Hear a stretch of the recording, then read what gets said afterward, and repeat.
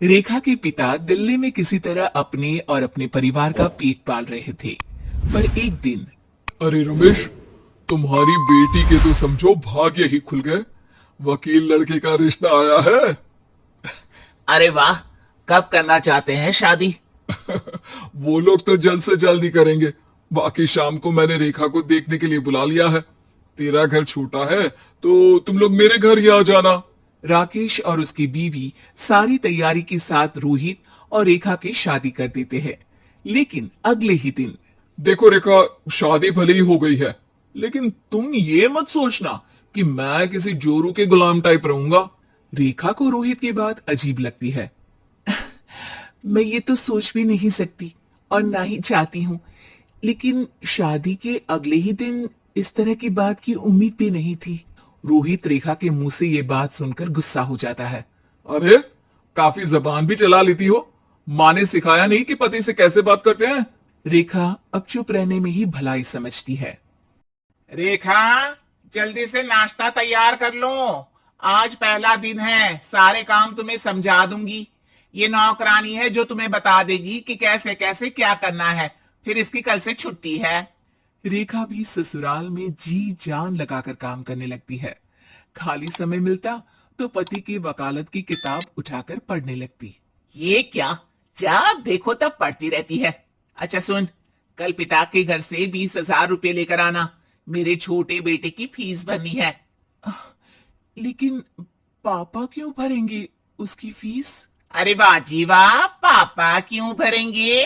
तो ये बता, हम क्यों रखेंगे तुझे यहाँ? क्यों खाना देंगे फ्री में? अरे, क्योंकि मैं बहू हूँ इस घर की। तभी वहां रोहित आ जाता है। अरे वाह, बड़ी जबान चला रही हो। चुपचाप माँ जो कह रही है वैसा कर, वरना सामान उठा और जा अपनी झोपड़ी में। बेचारी रेखा क्या करती, पिता के घर जाती है, उनको सारा हाल बताती है। पिता भी जैसे तैसे पैसों का इंतजाम कर बेटी को ससुराल के लिए विदा करते हैं। देखा, अब कहाँ से आए पैसे? अरे बहुत माल है तुम लोगों के पास, बस सीधी उंगली से निकालते नहीं। नहीं नहीं माँ, पापा ने अपनी मोटरसाइकिल बेचकर पैसों का इंतजाम किया है। पता नहीं अब वो ऑफिस कैसे जाएंगे। अरे वाह भाई, ये भी हम सोचे। खैर, जैसे तैसे दिन बीतते हैं। रेखा जहां एक प्यारे से बेटी की मां बनती है, तो वहीं उसका वकालत की किताब में ज्ञान और गहराता जाता है। हे भगवान, बुरे फंसे। ये केस तो लगता है कि मैं हार ही जाऊंगा। देखिए, मैंने आपकी इस केस की फाइल पढ़ी थी। इस केस को जीतना बहुत ही आसान है। वाह भाई वाह, यहाँ वकालत की डिग्री लेकर भी मैं समझ नहीं पा रहा हूँ, और तुमने रोटी बनाते बनाते ही केस समझ लिया। अरे जाओ जाओ, जाकर मुन्ने को संभालो। केस मैं संभालूंगा। ए लड़की सुन, जाकर अपने बाप के यहाँ से 3 लाख लेकर आ। पूरा घर फिर से बनाना है। छोटी की शादी करूंगी तो छोटी बहू को कहाँ रखूंगी? पूरा घर तो तूने घेर रखा है। ऐसा मत बोलिए माँ जी। पापा इतना पैसा कहाँ से लाएंगे? अब तो वो रिटायर भी हो गए हैं। हाँ, तभी तो बोल रही हूँ, रिटायरमेंट के पैसे तो मिले होंगे ना। लेकिन वो अगर आपको दे देंगे तो बुढ़ापा कैसे काटेंगे? रोहित रेखा की बात सुनकर गुस्सा हो जाता है। ए सुन, चल अपना सामान उठा, अपना बच्चा उठा और निकल यहां से। रेखा के लाख आग्रह के बाद भी रोहित और उसकी सास उसे घर में नहीं रखते। पापा, मैं तलाक चाहती हूँ। बेटा, मेरे पास वकील के पैसे नहीं है। पापा, आप मुझे वकालत करवा दीजिए।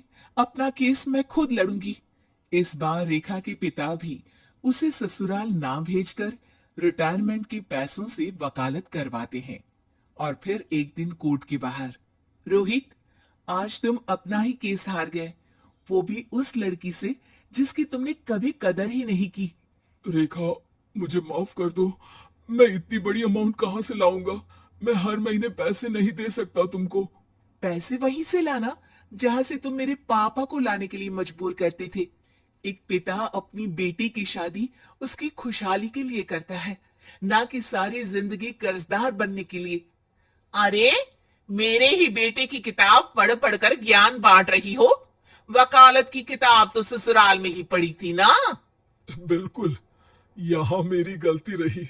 जिस पैसे से मैंने इसकी शादी की थी, मुझे वो पैसे पहले इसकी पढ़ाई में लगाना चाहिए था। और आज रेखा एक जानी मानी वकील के रूप में काम कर रही है।